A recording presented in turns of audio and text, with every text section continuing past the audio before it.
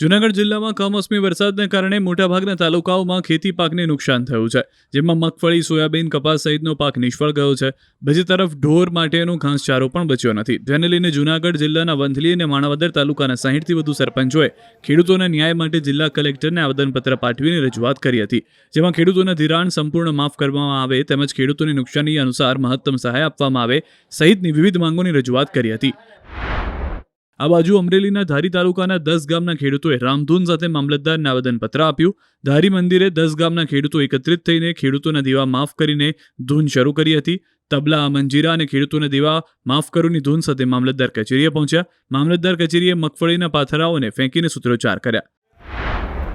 તો આ રીતે ગળામાં વિવિધ માર્ક સાથેના પોસ્ટર લટકાવીને ખેડૂતોએ જસદણ યાર્ડને પણ ગજવ્યું હતું. માર્કેટ યાર્ડમાં કપાસ, સોયાબીન, મગફળીની હરાજી સમયે કોંગ્રેસ અને ખેડૂતો મોટી સંખ્યામાં પહોંચી ગયા હતા. ગળામાં દેવા માફીની માંગ સાથેના વિવિધ લખાણ સાથે પહોંચી સૂત્રોચ્ચાર કર્યા. સાથે જ મગફળી, કપાસ અને સોયાબીન સહિતના પાકોને પૂરતા ભાવ ન મળતા હરાજી બંધ કરાવી ટેકાના ભાવે મગફળીની ખરીદી ચાલુ કરવા માંગ કરી. QR કોડ સ્કેન કરો અને ડાઉનલોડ કરો News 18 એપ. મેળવો ગુજરાત અને દેશ દુનિયાની પળે પળની અપડેટ્સ.